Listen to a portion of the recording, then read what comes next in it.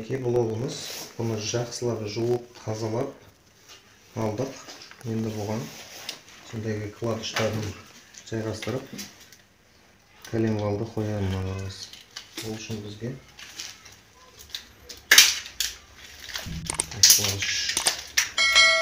Біз бұны распайда коленвалды жондырып келдік. Бізге бұл 0,25-ке шықты. 0,25. Мына жақтан помпа жағынан бастап 1 болып есептеледі бұл. Астың жағына май тегіз жүрейік.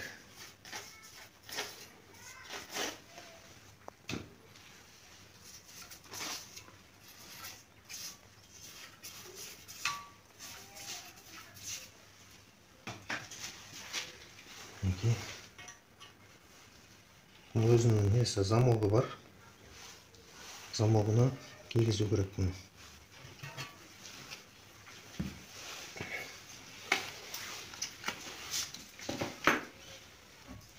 Екіншісі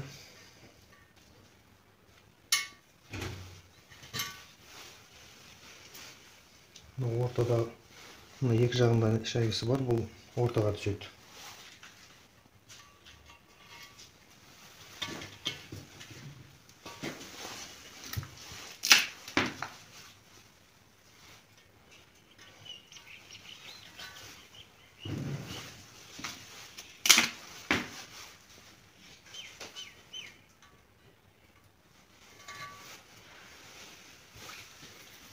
Салдық. Енді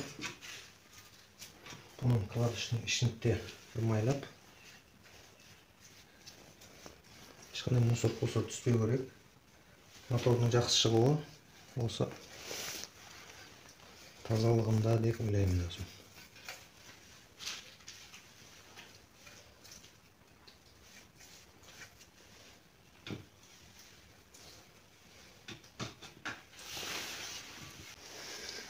Мінекей коленвал 0,25-ке шыққан бұл.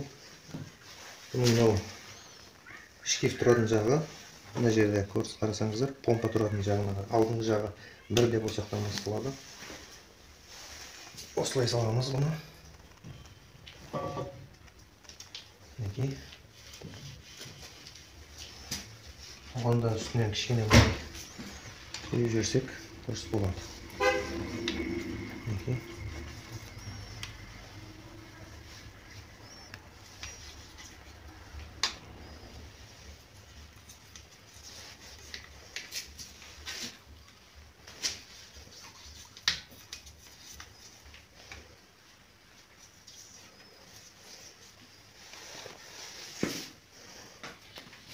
Майлап алдық.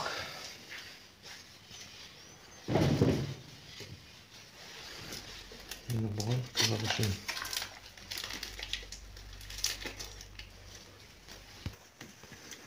Енді бұл үстіндегі замоктарын қоямыз. Ол үшін мына шеттен бірден бастап қоямыз. Мінеке әрқайсында өзінде цифры бар. 1. Кладышты қойған кезде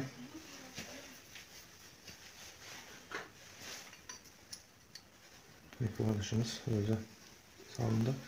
Мына тұрған замогы, мына жақтағы замогына сәйкес келу керек.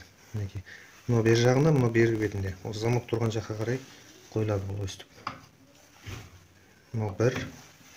Әрқайсының өзінде цифры бар. Мынада көрінетін болса 2 деп тұр. Мына 2 болып есептеледі. 2-3 болып есептеледі. Мынаны қоюдан бұрын бұны желательно майлап жіберсеңіздер бүйтіп. 1. Мына 2.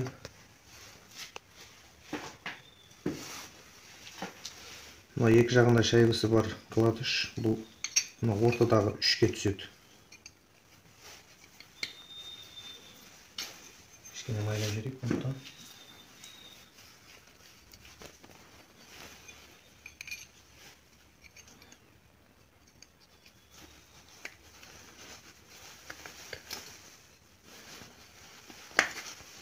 Мінекей мына түсті. Орташын алып саламыз. 3, мынаусы 4.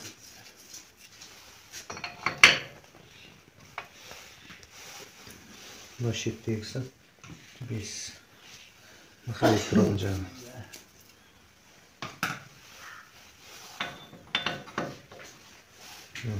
Бұның шетінің герметикке жағып қоюымыз керек. Өстіп, мына шетіне герметикті жағып, мына жерге орнына кіргіземіз оны.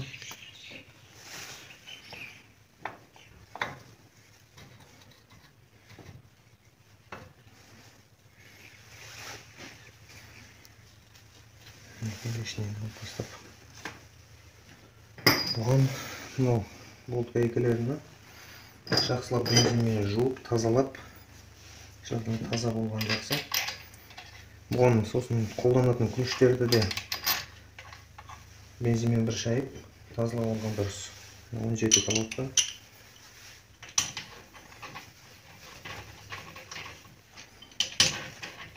Жеткізіп аламыз оны.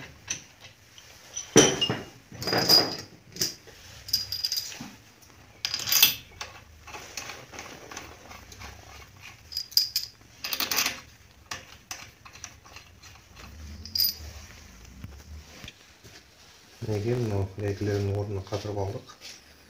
Валымыз каналдап тұр. Енді бұны тартатын кезде ортасынан бастап тартамыз. Бірінші мына екеуіні.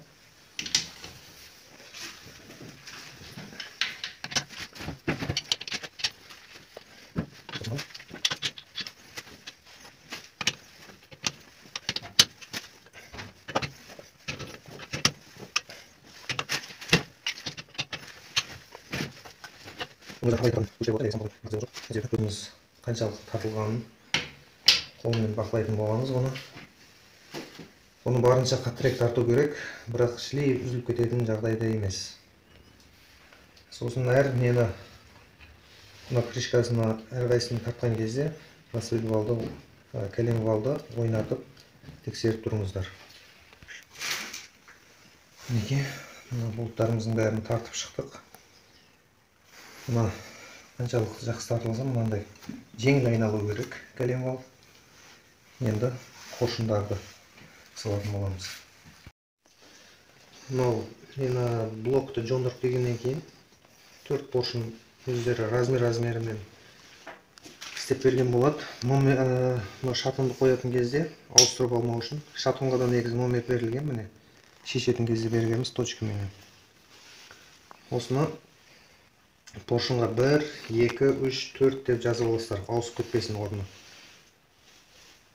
Өстіп. Мінекей поршынымыз, оны шатындарын ауыстырып қойғанбыз. Шатын ауыстыру алдағы видеоларда салынған болатын. Соған қарап салсаңыздар болады. Біз қолрен деген кольцаны қолданамыз.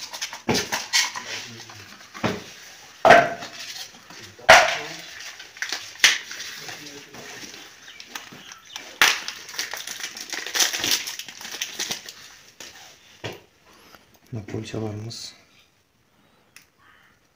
масляный, компрессионный орындарына қойып тексеріп алу керек. Жәндегі ұрылған кезде майыс бар ма жоқ па. Дәл өстіп. Жақсы.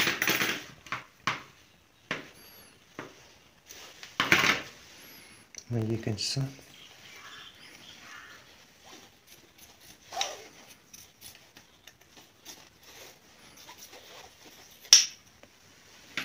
Бұлар жақсы.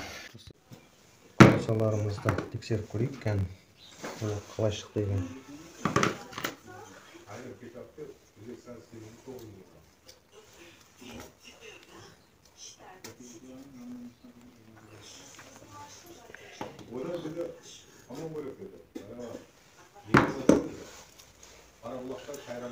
Бұған 20 салып көреміз. 20 симай тұр. мінекей 20. Негізі 1,5 лезі болу керек. Кольцаның арасы. 20 сыймаса 15.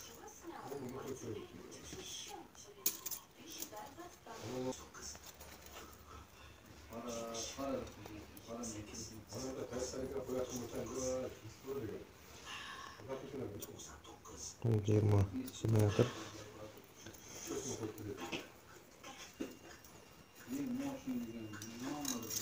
Бұнда 15-ке шықты ма?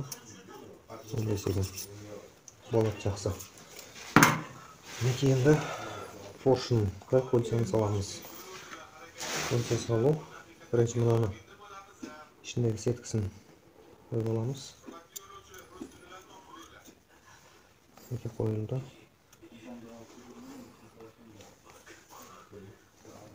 Бұның екеуінің қосылған жері мінекей мына жақта қалды, міне.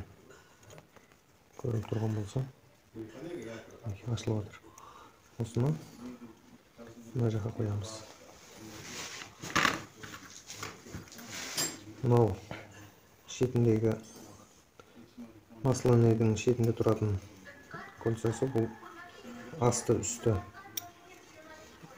бөлінбейді. Салына береді ол.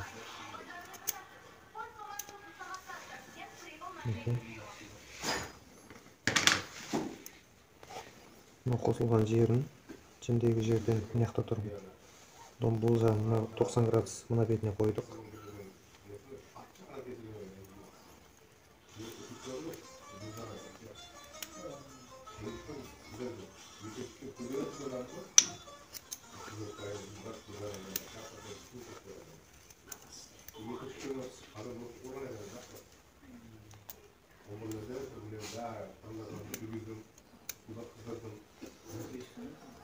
Екеуінің қосылған жер бір жерге келіп қалды. Бұны 90 градусқа айналдырамыз арт жағына.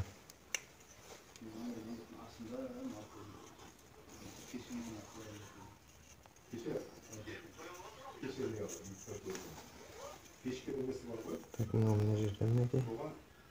Екіншісі мына жерге. Мына қосылған жерін мына бұрышқа бердім.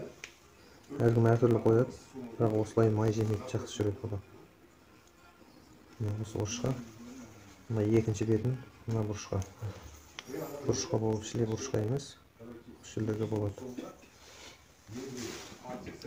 Екіншісі компрессионный. Бұл компрессионный кольцамызда міне үстіңгі жағында жазуы бар, міне.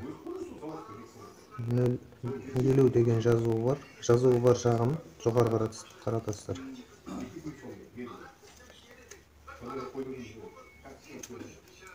Салатын кезде абай болыңыздар, сындырып алмайтын жағдай болып істеп абайлап.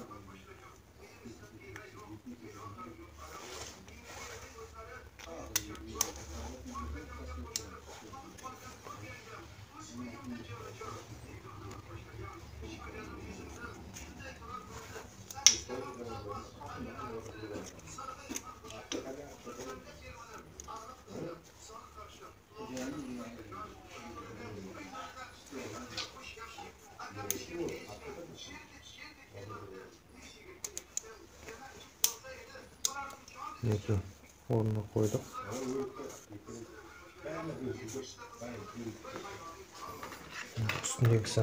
Үстіндегісінде де дәл осылай. Мына 0,50 деген жазу жағы жоғары қарап тұрады.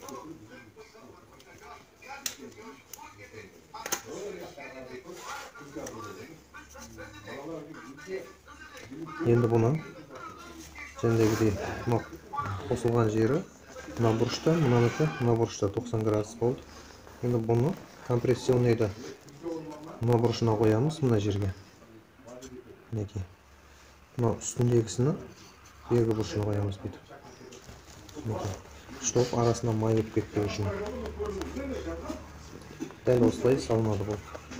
Енді мына астыңғы жағы шешіп.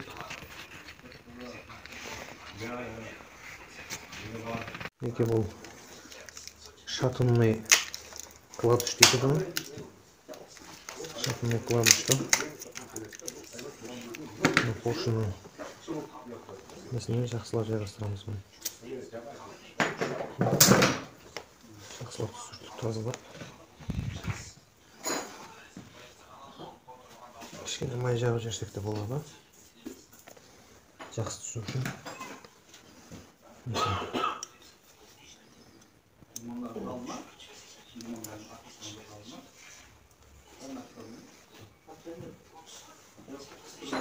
Қойдық. Мұны астыңа жағып.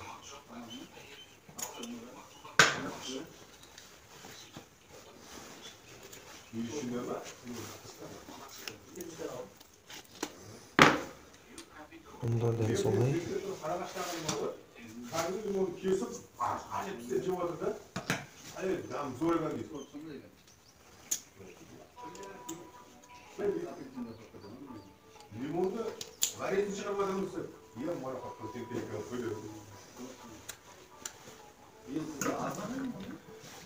Дәл осылай мынау поршын түскен кезде мынау стрелкасы мына жаққа астынан келген кезде мынау істелетін замокпенен мына жердегі замок екеуі бірін-біріне қарама-қарсы болып тұру керек. Дәл осылай.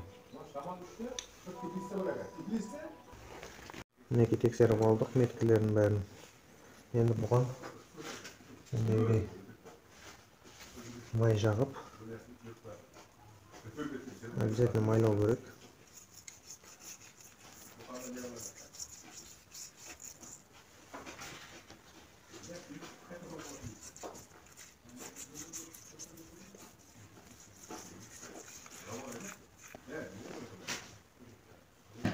Гильзаның ішін де бір майлап жіберіңіздер.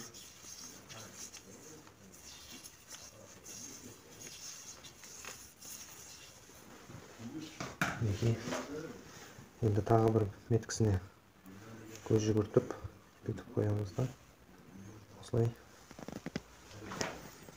Мындай арнайы кольца салатын ключіміз бар, соған салып.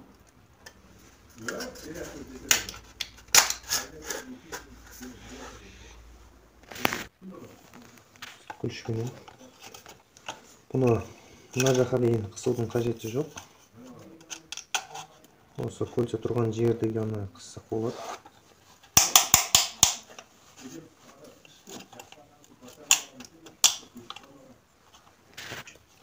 Екі кольцамызды қысып алдық. Енді жаңағы стрелкасы мына жаққа қарап тұратын қылып саламыз бұны.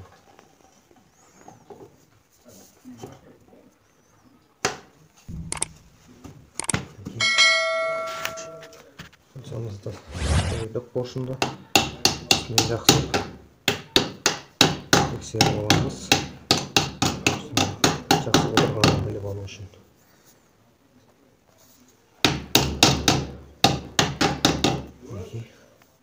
Сөйтіп поршынды жай өзі молотоктың салмағанымен өстіп кіргіземіз. Мінекей поршынымыз дайын, салынды. Енді бұны астыңа жағын.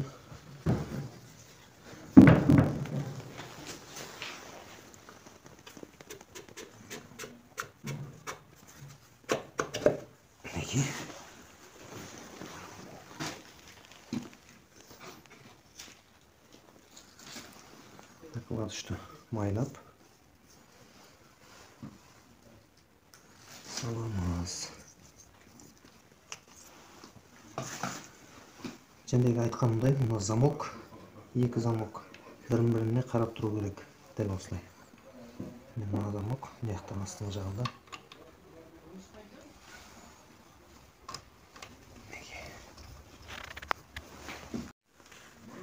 Өстіп қатыр қоямыз астын. Кейін тартатын боламыз. 1 менен 4-ті қазір салып аламыз. Қалған поршындарды дәл осылай сала бересіздер. Мінекей. Тағы да бір ескертетін жайт. Мындай мынау жерде тесік бар. Осы ашық болу керек бізде. Біз ашып тазаладық. Бірақ сіздерге көрсетіп отырмын мұны. Осы тесікті май тығылып қалуы мүмкін, қатып қалған жағдай болуы мүмкін. Соны ашып тексеріп қойсаңыздар жақсы болады. 2, 4.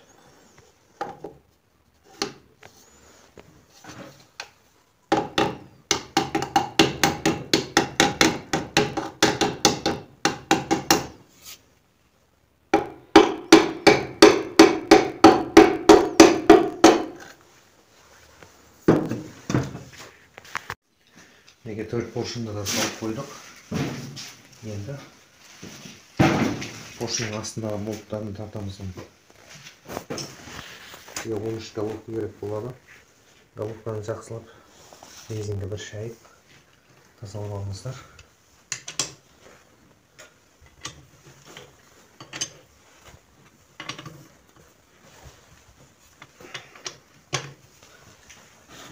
Барынша қаттырек тарту керек.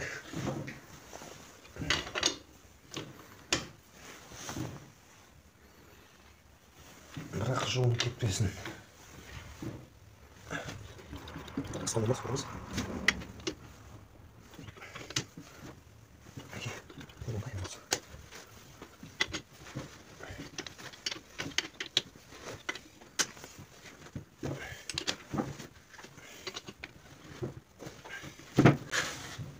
Екеу болды. Енді айналдырып арғы бетін 1 менен 4-ті қоямыз.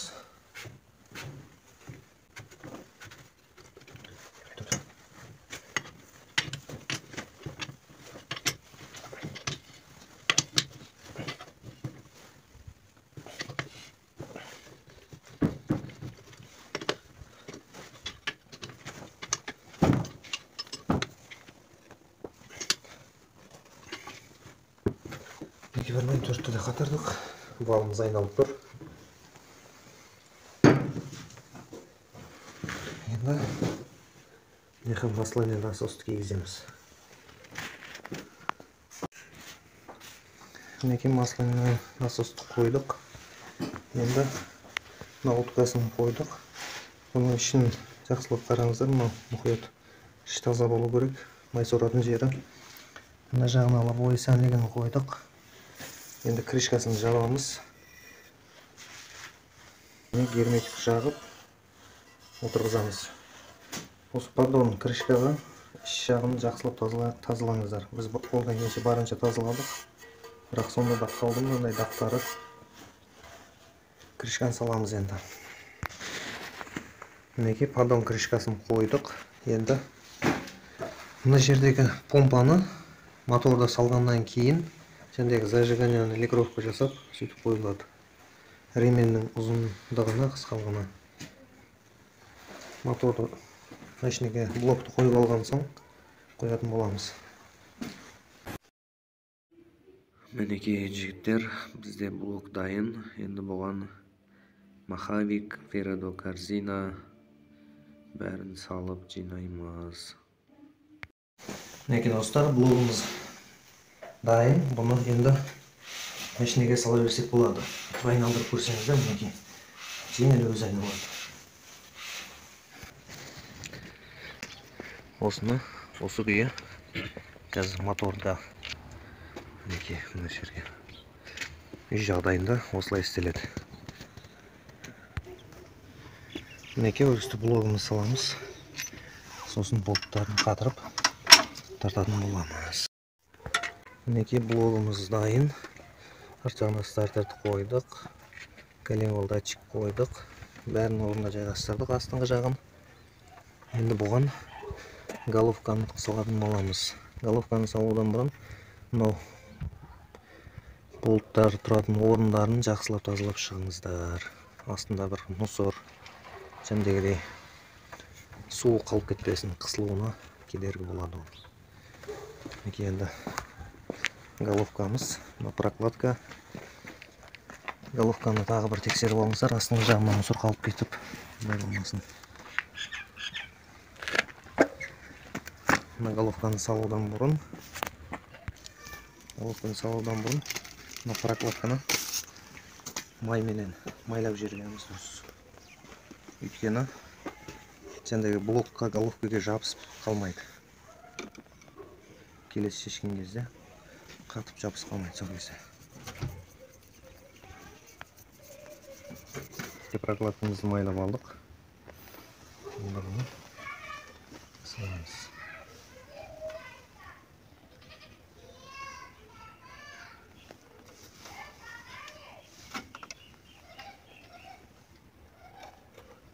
Прокладка орнына түсті. Енді головканы саламыз. Екі головканы саламыз.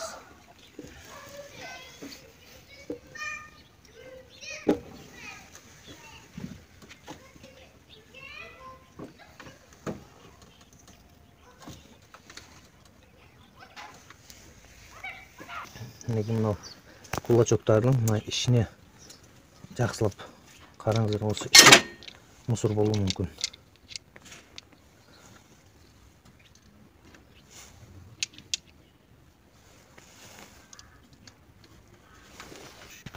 Мынаны пастель дейді бұны.